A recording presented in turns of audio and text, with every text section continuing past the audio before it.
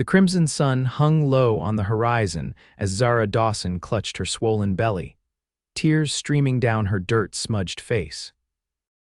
Her once pristine blue dress was stained with dust from the long journey, and her golden hair fell in tangled waves around her shoulders as she gripped the weathered fence post of the remote ranch, her knuckles white with desperation. It was 1874, and the unforgiving Arizona territory had claimed many souls braver than hers. 3 days she'd been traveling after the stagecoach had left her behind at the last stop when the driver discovered she couldn't pay the remaining fare. 3 days of walking, sleeping under the stars, rationing the last of her water, all while carrying the precious life inside her. Zara had never felt so alone. Her former husband had abandoned her upon learning of her pregnancy, claiming the child wasn't his despite her unwavering faithfulness. Without a penny to her name and disowned by her family in Boston, she had set out west with dreams of starting anew. Now, those dreams seemed as distant as the eastern shores she'd left behind. As another contraction gripped her body, she sank to her knees beside the fence, her tears mingling with the dust beneath her. The ranch house stood in the distance, smoke curling from its chimney, beckoning with the promise of warmth and shelter. But her strength had abandoned her, just like everyone else. Mason O'Brien rode the fence line of his property as he did every evening, checking for breaks or signs of trouble. The setting sun cast long shadows across the land, turning the rolling hills into a sea of gold and amber. His stallion, Thunder, moved beneath him with the ease of a partnership forged through years of trust. At 30, Mason had carved out a respectable life for himself in the harsh territory. His cattle ranch was modest but profitable, the result of 10 years of backbreaking work since he'd arrived from Texas as a young man with nothing but determination and the skills his father had taught him. What he hadn't built was a family. The nearest town was a half-day's ride, and opportunities to meet suitable women were scarce. Not that he'd been looking. After losing his parents to fever and his younger brother to a bandit's bullet, Mason had grown accustomed to solitude, finding comfort in the predictable company of his livestock and the 2 ranch hands he employed. Thunder suddenly nickered and pulled to a halt, ears pricked forward toward the eastern fence line. Mason followed the horse's gaze and spotted a splash of blue against the dusty landscape. Squinting, he realized with a jolt that it was a woman crumpled beside his property line. "Come on, boy," he urged, and Thunder responded instantly, breaking into a gallop toward the unexpected visitor. As he approached, Mason saw that the woman was young, perhaps in her early 20s, and very clearly with child. Her face was streaked with tears and dust, and she looked up at him with a mixture of hope and fear that twisted something deep in his chest. "Madam," he called softly, dismounting in a fluid motion, "are you hurt?" Zara tried to speak, but another contraction seized her, and she could only manage a pained gasp.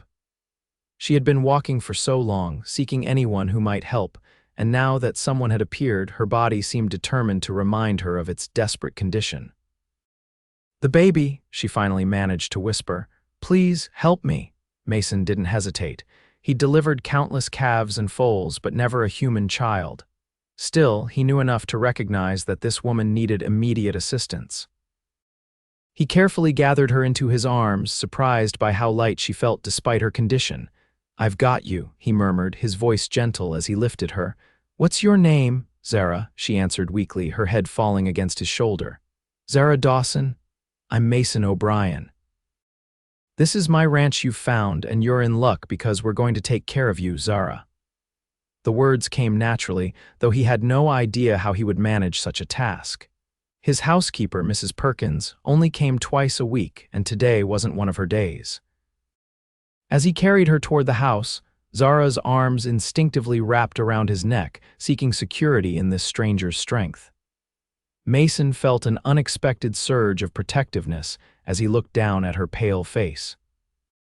"You're safe now, beloved," he said softly, the term of endearment slipping out before he could stop it. It was something his father had always called his mother, a word that conveyed care and protection. In this moment, it felt right to offer this frightened woman the same comfort. Zara's eyes widened slightly at the unexpected endearment, but she was too exhausted and in too much pain to question it. Instead, she allowed herself to surrender to the security of this stranger's arms as another contraction washed over her. The ranch house was modest but solid, built by Mason's own hands with help from his ranch hands. He shouldered open the door and carried Zara straight to the spare bedroom, gently laying her on the clean quilt. "I need to fetch water and towels," he explained, reluctant to leave her even for a moment. "And I need to send one of my hands for the doctor in town." Zara clutched his wrist, panic flaring in her eyes. "There's no time," she gasped. "The baby is coming now." Mason swallowed hard, nodding his understanding. "Then we'll manage together," he promised, his voice steadier than he felt. "I'll be right back." He hurried to give instructions to Jose, one of his ranch hands, sending him galloping toward town for the doctor, though he knew the man would likely arrive too late. Returning to the house, he gathered clean linens, water, and his limited medical supplies before returning to Zara's side. She had managed to remove her dusty shoes and was lying back against the pillows, her face contorted with another contraction. Mason set down his supplies and pulled up a chair beside the bed. "Where's the father?" he asked gently, wetting a cloth to wipe her brow. Zara's laugh was bitter and brief. "Gone. He decided the child wasn't his responsibility." She didn't elaborate further and Mason didn't press. "His loss," Mason said simply, his eyes meeting hers with unexpected warmth. "Now, I've delivered plenty of animals in my time, but never a human baby. You'll need to tell me what to do." For the next several hours, Mason stayed by Zara's side, offering encouragement, water, and support as her labor progressed. He held her hands when the pain became unbearable, spoke soothingly when she cried out that she couldn't continue, and maintained a calm facade despite his own racing heart. As the night deepened around them, Zara's cries reached a crescendo, and then, miraculously, another cry joined hers, the unmistakable wail of a newborn taking its first breath. "It's a girl," Mason announced, his voice thick with emotion as he carefully wrapped the tiny, squirming infant in a clean towel. "A beautiful, perfect little girl." He placed the baby in Zara's trembling arms, watching as her exhausted face transformed with a love so powerful it seemed to illuminate the room. Tears streamed down her cheeks, but these were tears of joy, not despair. "Hello, my darling," she whispered to her daughter. "We made it." Mason busied himself with cleaning up, giving mother and child a moment of privacy for their first meeting. When he returned with a cup of fresh water for Zara, he found her looking up at him with a gaze so full of gratitude it stole his breath. "Thank you," she said simply. "I don't know what would have happened if you hadn't found us." Mason shook his head. "No need for thanks. Anyone would have done the same." "No," Zara replied with quiet certainty. "Not anyone. Most would have turned away from a stranger with troubles not their own." She hesitated, then asked, "Why did you call me beloved?" Mason felt heat rise to his face. "It was something my father always called my mother. I suppose it just slipped out. I apologize if I overstepped." Zara's smile was tired but genuine. "Don't apologize. It was the kindest thing anyone has said to me in a very long time." The doctor arrived shortly before dawn, checking both mother and child before pronouncing them remarkably well considering the circumstances. He left medicine for pain and instructions for Zara to rest for at least 2 weeks before attempting travel. "Where are you headed?" Mason asked after the doctor departed, leaving them alone in the quiet house as morning light began to filter through the curtains. Zara looked down at her sleeping daughter. "I don't know," she admitted. "I was heading west, hoping to find work in one of the growing towns. I have a distant cousin in California who might take us in." Mason nodded, trying to ignore the unexpected pang of disappointment at the thought of her leaving. "You're welcome to stay here until you're strong enough to travel," he offered. "The room is yours for as long as you need it." For 2 weeks, Zara and her daughter, whom she named Elizabeth after her grandmother, became part of Mason's daily life. He found himself looking forward to returning to the house after his work, eager to check on their well-being and to hold the tiny baby who had somehow already claimed a piece of his heart. Zara, too, found herself watching for Mason's return each day. His gentle strength and unwavering kindness awakened feelings she had thought long buried after her husband's betrayal. Each evening, they would sit together after Elizabeth was asleep, talking long into the night. Mason told her of his journey west, the brother he had lost, and his dreams for the ranch. Zara shared stories of her childhood in Boston, her disastrous marriage, and her hope of building a new life for her daughter. As the days passed, an unspoken connection grew between them, built on mutual respect and a deepening affection neither was ready to name. One evening, as they sat on the porch watching the sunset, Mason finally asked the question that had been weighing on him. "When do you plan to continue your journey?" Zara was silent for a long moment, her eyes on the horizon. "I should leave soon," she said finally. "I've imposed on your kindness long enough." "You haven't imposed," Mason replied quickly, "having you and Elizabeth here. It's brought life back to this place."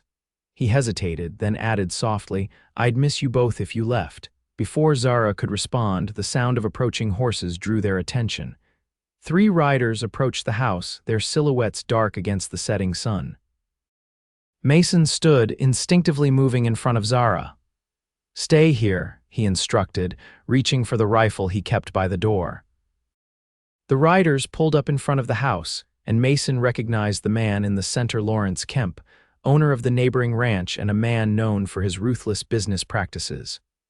"O'Brien," Kemp called, not bothering to dismount, "I see you've got yourself some company these days." His eyes slid to Zara, who had moved to stand beside Mason despite his instruction to stay back. "What do you want, Kemp?" Mason asked, his voice level but with an edge of steel. "Just being neighborly," Kemp replied with a smile that didn't reach his eyes. "Word travels, you know.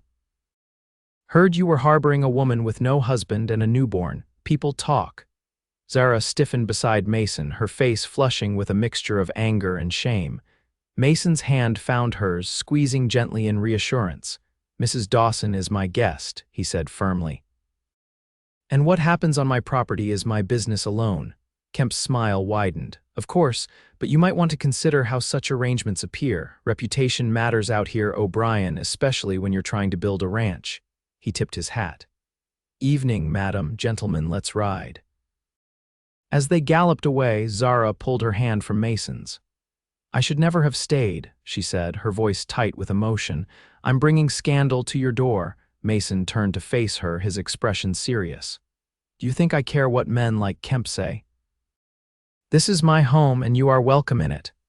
But your reputation means nothing compared to knowing you and Elizabeth are safe," he interrupted.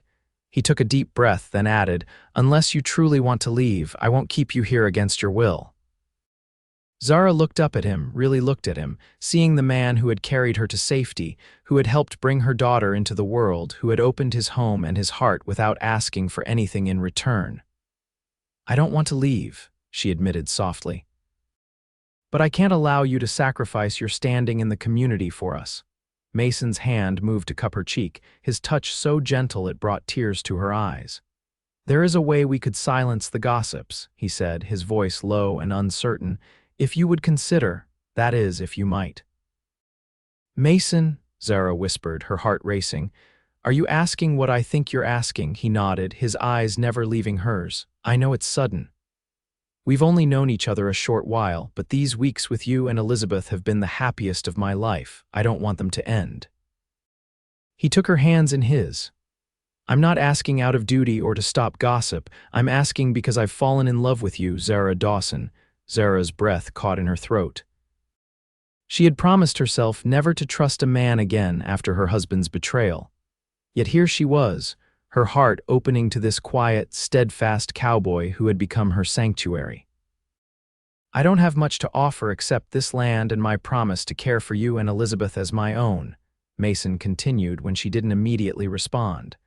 "But if you'll have me, I'll spend every day trying to be worthy of you both." Tears spilled down Zara's cheeks as she stepped closer to him. "You already are," she whispered. "And yes, I'll marry you, Mason O'Brien." The kiss they shared was tender and full of promise, a beginning rather than an ending. When they finally pulled apart, Mason rested his forehead against hers. "Beloved," he murmured, the endearment now a deliberate choice rather than a slip of the tongue. They were married 2 weeks later by the circuit preacher, a simple ceremony with only Mrs. Perkins, the ranch hands, and baby Elizabeth as witnesses. Kemp and his cronies were noticeably absent, but several of the neighboring families attended, won over by the obvious affection between the newlyweds. Marriage to Mason was nothing like Zara's first experience. Where her former husband had been controlling and cold, Mason was respectful and warm, always seeking her opinion and valuing her contribution to their shared life.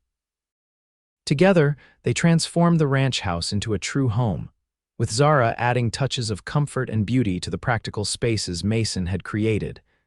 Elizabeth thrived under their care, growing from a tiny, fragile newborn into a robust, curious infant. Mason doted on her as if she were his own flesh and blood, spending hours walking the floor with her when she was fussy and crafting a beautiful wooden cradle for her to sleep in. One evening, 6 months after their wedding, Mason returned from town with a letter for Zara. It was from her cousin in California, finally responding to the letter Zara had sent shortly after Elizabeth's birth. Zara read it silently, her expression unreadable. When she finished, she handed it to Mason without a word.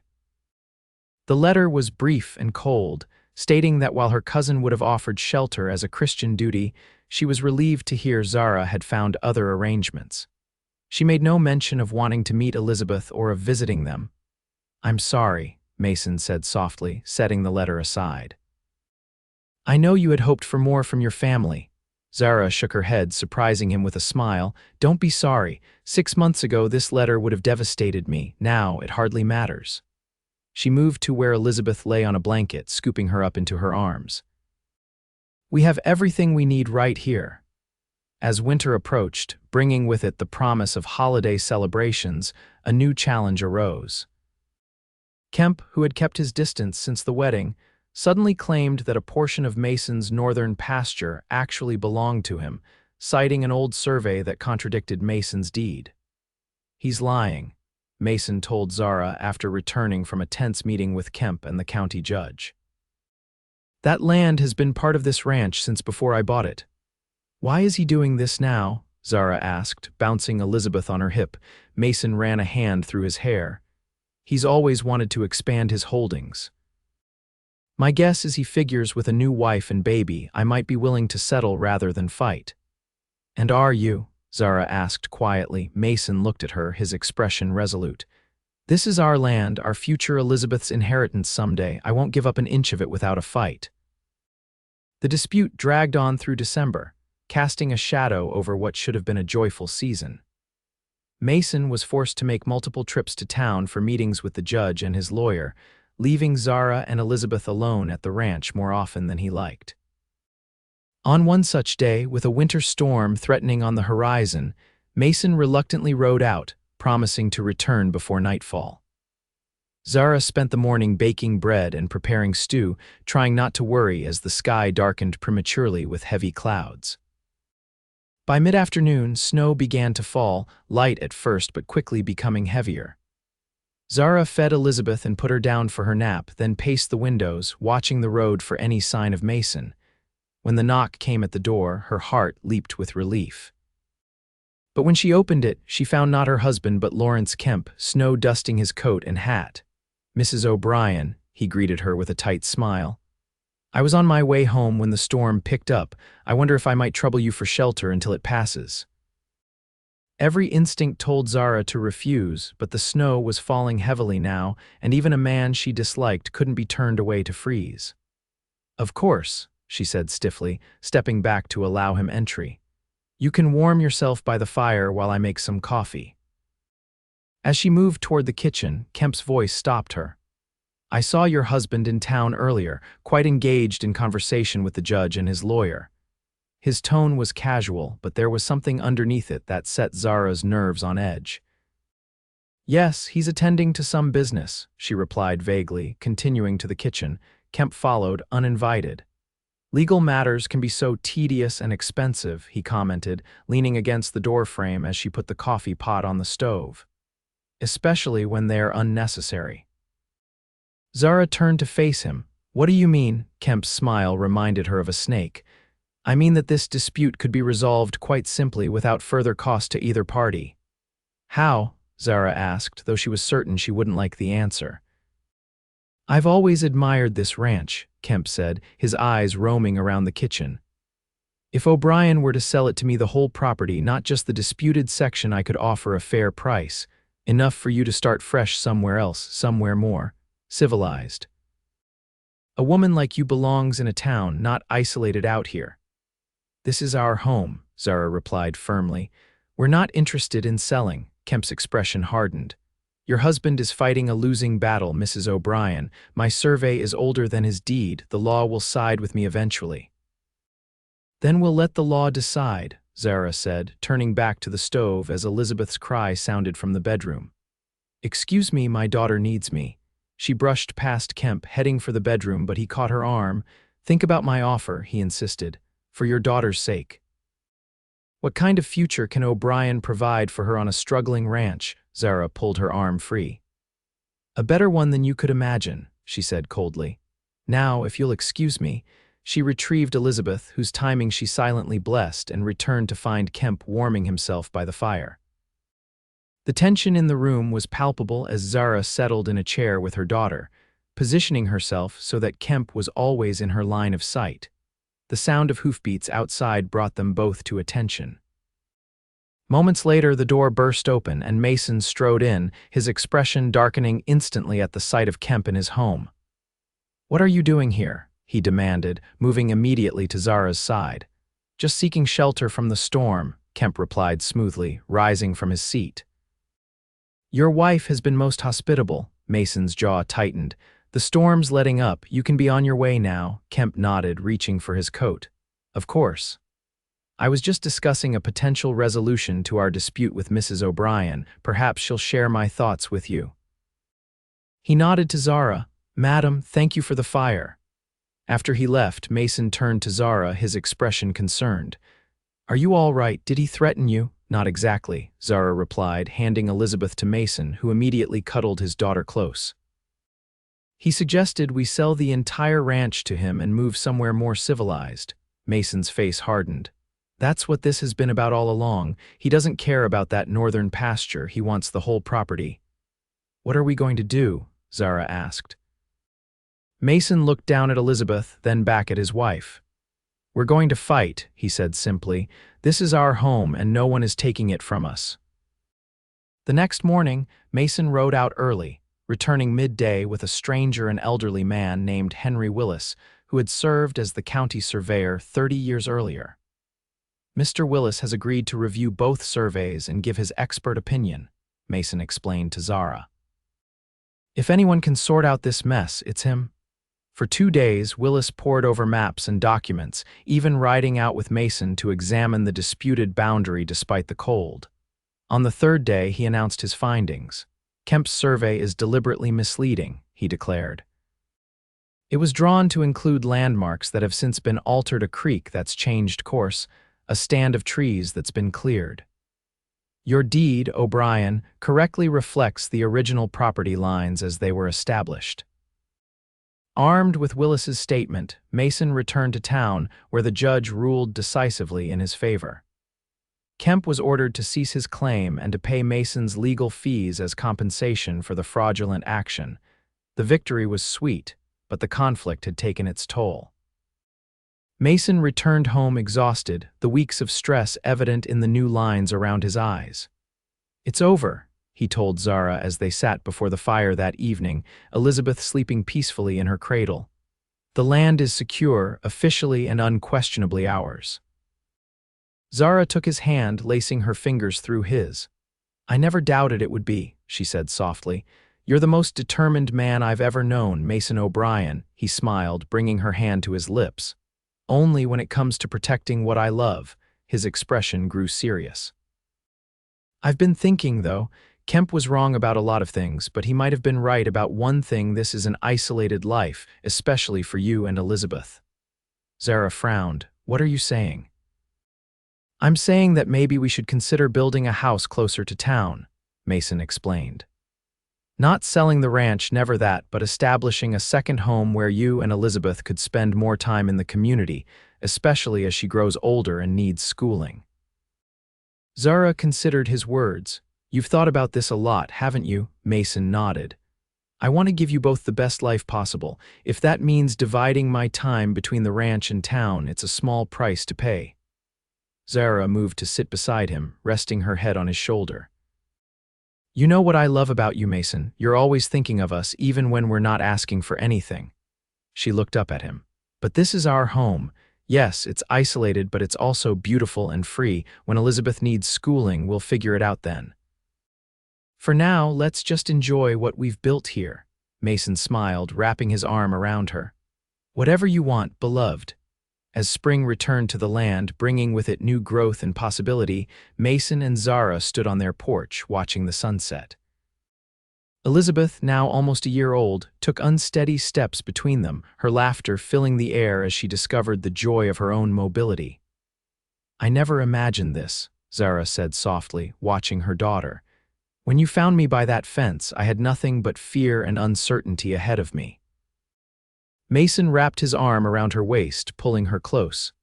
And I never imagined finding everything I never knew I wanted crying by my fence line. He kissed her temple. Thank you for staying, for making this house a home, for giving me a family. Zara turned in his arms, reaching up to touch his face. Thank you for carrying me inside and calling me beloved, she whispered. It was the first moment I felt hope again. As they shared a kiss, Elizabeth tottered over and wrapped her arms around their legs, demanding to be included. Laughing, Mason scooped her up, and the three of them stood together as the last rays of sunlight painted the western sky in shades of gold and promise. I love you, both of you, Mason said, his voice thick with emotion. More than I ever thought possible. And we love you, Zara replied, her heart full as she looked at the man who had become her protector, her partner, her love. Always. As darkness fell, they moved inside together. A family forged not by blood but by choice and circumstance, and a love that had begun with a desperate woman, a compassionate cowboy, and the simple, transformative act of kindness that had changed their lives forever.